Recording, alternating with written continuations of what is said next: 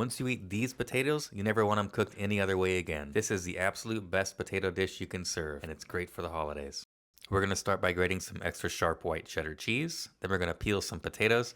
I like to use russet potatoes because of their high starch content, which helps them absorb all the cream and fat really well. Next, we're going to slice the potatoes really thin. I like to use a mandolin. They do nice, consistent cuts every time. You just need to be careful and watch your fingers because the blade is really sharp. This is pretty much what it looks like. You want really nice, thin slices like that. Then we're going to mince our garlic.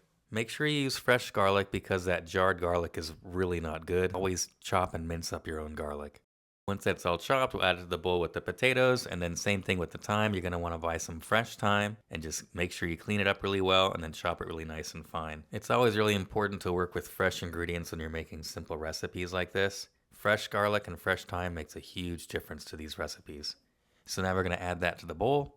We're going to add some white pepper to the bowl. Whenever I cook with potatoes, I pretty much always use white pepper. It just adds a lot more flavor than black pepper does. And then we use a kosher salt, and I season it pretty heavily. This probably looks like a lot of salt, but when I tasted it, I can tell you it's seasoned perfectly. It's just that those potatoes absorb a lot of salt, so make sure you season it well. Now we're going to cut up a couple cubes of some good butter. I'm using Kerrygold. We're just going to chop it up in cubes and throw that into the bowl as well.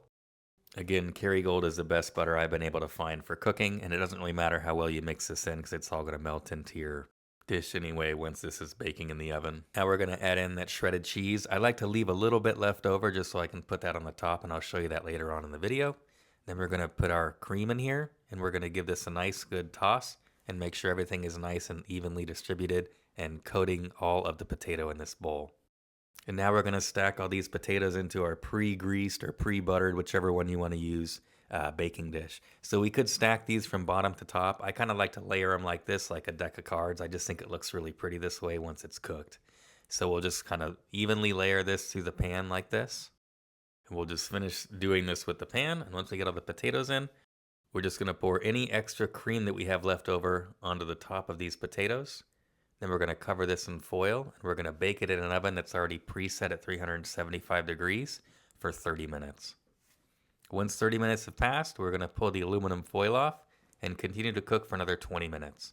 As you can see, the potatoes still need more time, but this just gives the potatoes a chance to cook for a while before they start getting browned on the top. So after that, this is what it looks like after about 10 minutes of cooking, and then here we are about 20 minutes later in cooking.